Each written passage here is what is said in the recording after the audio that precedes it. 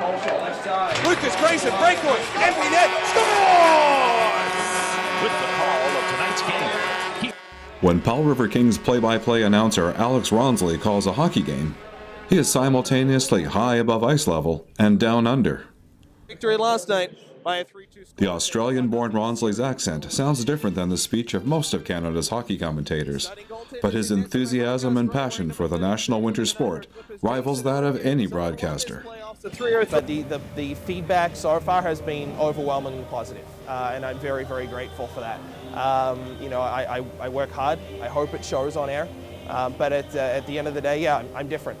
I'm not going to lie. I've never thought of myself as a Australian play-by-play broadcaster. Like, I'm not going to come on the air and be like, g'day everyone, welcome back. This is, crikey, hockey and stuff. No, I'm not going to do that. I'm a play-by-play broadcaster that was just happened to be born in Australia.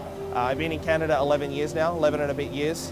So I've almost been in Canada as long as I've been in Australia. So I'm a Canadian citizen. I'm as Canadian as you, legally. The voice sounds a bit different. But no, initially there was some backlash. I've had people telling me that, hey, you're awful, you shouldn't be doing this, and you're not very good, what are you doing on the air, and what's an Australian doing? And my response is, thanks for listening. Do you think the fact that he's Australian, does it add to his charm or take away?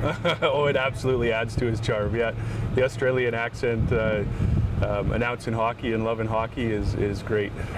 He's very unique. Hey, Rocco, what do you think about Alex?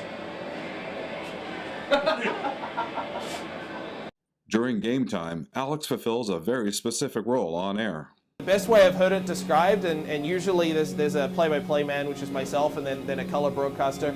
My role as the play-by-play guy is to draw the outline, is to paint the picture, so to speak, and then their job is to color it in. Being a good play-by-play announcer means more than just showing up on game night and speaking into the mic. It involves a lot of pre-game preparation and knowing your stats so you can speak to them.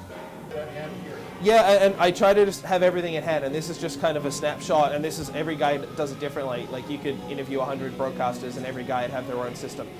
This is what works for me. I maintain it through the season. This isn't something that, I sit and prepare individually for every game. These are things that I maintain through the season, and that goes just to what I do. I try to read as much as I can, and I try to follow as many Twitter accounts as I can, and just take in as much info as I can. So I'm not sitting at a computer cramming for 2-3 hours before a game. I'm just trying to have that constant stream of information coming at me. Alex's goal during every game is to score with his listeners. As the Clippers get their first line off, for scores! Brian Scarfo, shot from tight angle, sneaks through, takes it. In Powell River, I'm Peter Harvey.